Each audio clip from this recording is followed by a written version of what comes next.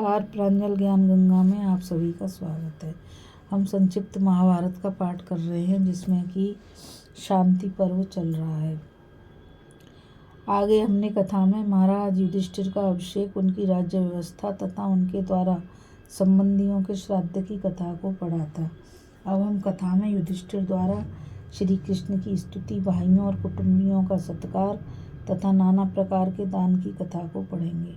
वैशंपायन जी कहते हैं, युधिष्ठिर का राज्याभिषेक हो जाने पर वे भगवान श्री कृष्ण से हाथ जोड़कर बोले, भगवान आपकी कृपा, नीति, बल, बुद्धि और पराक्रम से मुझे अपने बाप दादों का यह राज्य प्राप्त हुआ है। कमल लोचन, मैं आपको बारंबार प्रणाम करता हूँ। पवित्र अंतकरण वाले ब्राह्मण आपकी अनेकों नामों द्वारा स्तुति किया करते हैं। यह संपूर्ण विश्व आपकी लीला है। आप ही से इसकी उत्पत्ति हुई है और आप ही इसके आत्मा हैं। आपको सादर नमस्कार है। आप सर्वत्र व्यापक होने के कारण विष्णु और विजयी होने से जिष्णु कहलाते हैं। हरे, आप ही सच्चिदानंद स्वरूप श्री कृष्ण वैकुंठ धाम के अधिपति, वैकुंठ और अक्षर पुरुष से उत्तम पुरुषोत्तम हैं। आप पुराण पुरुष परमात्मा ने ही 7 बार अदिति के गर्भ से अवतार लिया है। यहाँ पर मैं आपको बताना चाहूँगी कि आदित्य और वामन के रूप में 2 बार साक्षात अदिति के गर्भ से और कृष्ण गर्भ परशुराम, श्री राम, बलराम और श्री कृष्ण के रूप में 5 बार उनके जन्मांतर्गत प्रश्नि आदि अन्य रूपों के गर्भ से यहाँ भगवान के प्राकट्य की बात कही गई है। प्रश्नि गर्भ के नाम से प्रसिद्ध हैं। विद्वान लोग तीनों युगों में प्रकट होने के कारण आपको त्रियुग कहते हैं। आपकी कीर्ति बड़ी पवित्र है। आप इंद्रियों के प्रेरक और यज्ञ स्वरूप हैं। आप हंस शुद्ध आत्मा कहलाते हैं। 3 नेत्रों वाले भगवान शंकर आप एक ही हैं। आप ही विभु तथा दामोदर हैं।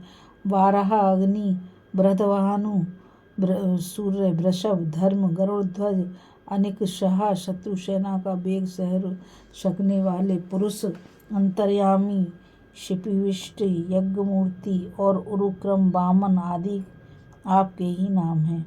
आप सबसे श्रेष्ठ और उग्र सेनापति हैं। सत्य स्वरूप अन्नदाता तथा स्वामी कार्तिकेय भी आप ही हैं। आप स्वयं रण से कभी भी विचलित न होकर शत्रुओं को पीछे हटाने वाले हैं। वैदिक संस्कारों से युक्त द्विज और संस्कार शून्य द्विजेतर मनुष्य भी आप ही के स्वरूप हैं। आप ही कामनाओं की वर्षा करने वाले वृष धर्म हैं। कृष्ण धर्म यज्ञ स्वरूप, वृष धर्म इंद्र का दर्प दलन करने वाले और वृषा कपि हरिहर भी आप ही हैं। आप ही सिंधु, समुद्र, निर्गुण परमात्मा तथा सूर्य, चंद्र, अग्नि रूप त्रिविध तेज हैं। ऊपर, नीचे और मध्य ये 3 दिशाएं भी आप ही हैं। आपने अपने वैकुंठ धाम से आकर इस पृथ्वी पर अवतार लिया है। आप सम्राट, विराट, स्वराट और देवराज इंद्र हैं। यह संसार आप ही से प्रकट हुआ है। आप सर्वत्र व्यापक, नित्य सत्ता रूप और निराकार परमात्मा हैं। आप ही कृष्ण सबको अपनी ओर खींचने वाले और कृष्ण बतरमा अग्नि हैं। आप ही को लोग अभिष्ट साधक अश्वनी कुमारों के पिता, कपिल मुनि, वामन, यज्ञ ध्रुव, गरुड़ तथा यज्ञसेन कहते हैं। आप मोर पंखधारी और प्राणियों को माया से बांधने वाले हैं। आप ही संपूर्ण आकाश को व्याप्त करने वाले महेश्वर और पुनर्वसु नक्षत्र हैं। शुभ भ्रु, अत्यंत पिंगल वर्ण, रुक्म, यज्ञ, सुदेश, दुंदवी, गवस्तनेमी, कालचक्र, श्री पद्म, पुष्कर, पुष्पधारी, ऋतु, विभु, अत्यंत सूक्ष्म और सदाचारी, इन नामों से आपका ही कीर्तन किया जाता है। आप ही जलनिधि, समुद्र, ब्रह्म, पवित्र धाम तथा धाम के ज्ञाता हैं। केशव विद्वान पुरुष आपको ही हिरण्यगर्भ तथा स्वधा स्वा आदि नामों से पुकारते हैं। कृष्ण आप ही इस जगत के आदि कारण हैं। आप ही इसकी सृष्टि करते हैं और आप ही में इसका प्रलय होता है। विश्व योने यह संपूर्ण विश्व आपके ही अधीन है। शंख, चक्र और गदा धारण करने वाले परमात्मनम आपको बारंबार प्रणाम है। इस प्रकार धर्मराज ने जब सभा में भगवान श्री कृष्ण की स्तुति की तो उन्होंने भी अत्यंत प्रसन्न होकर राजा युधिष्ठिर का अभिनंदन किया। तदंतर राजा ने दरबार में आए हुए प्रजाजनों को विदा कर दिया। वे सब लोग उनकी आज्ञा से अपने अपने घर चले गए।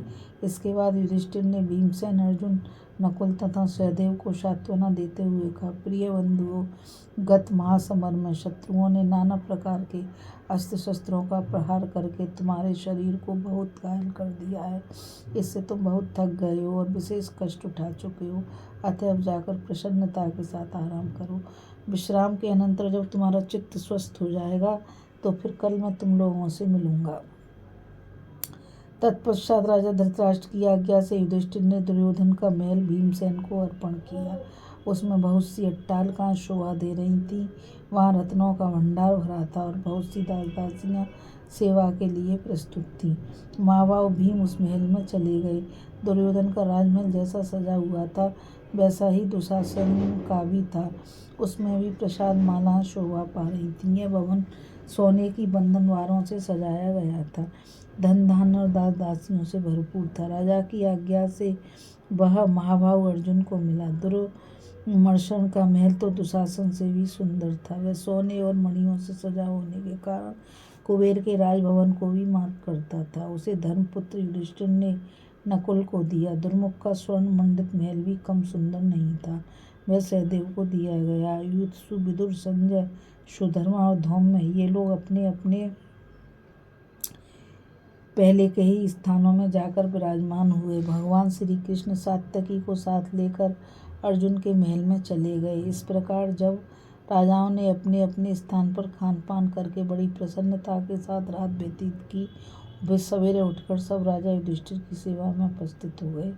जन्मेजय ने पूछा, विप्रवर, राजा युधिष्ठिर ने राज्य पाने के पश्चात जो जो कार्य किए हों उन्हें बताइए। साथ ही त्रिभुवन गुरु भगवान श्री कृष्ण के चरित्रों का भी वर्णन कीजिए।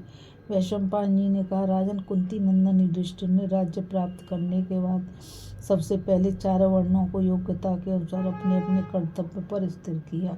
फिर हजारों स्नातक ब्राह्मणों में से प्रत्येक को उन्होंने 1,000 स्वर्ण मुद्राएं दान की और इसके सिवा जिनकी जीविका का भार उन्हीं के ऊपर था उन भृत्यों, शरणागतों तथा अतिथियों को इच्छानुसार वस्तुएं देकर संतुष्ट किया। गरीबों और सवाल करने वालों की कामनाएं पूर्ण की। अपने पुरोहित धौम्य मुनि को उन्होंने हजारों गौएं, धन, सुवर्ण, चांदी तथा नाना प्रकार के वस्त्र दान किए। कृपाचार्य का गुरु की भांति पूजन किया और विदुर जी का पूज्य की भांति सम्मान किया। फिर अपने आश्रितों को खाने पीने की वस्तुएं, नाना प्रकार के वस्त्र, शैया तथा आसन देकर प्रसन्न किया।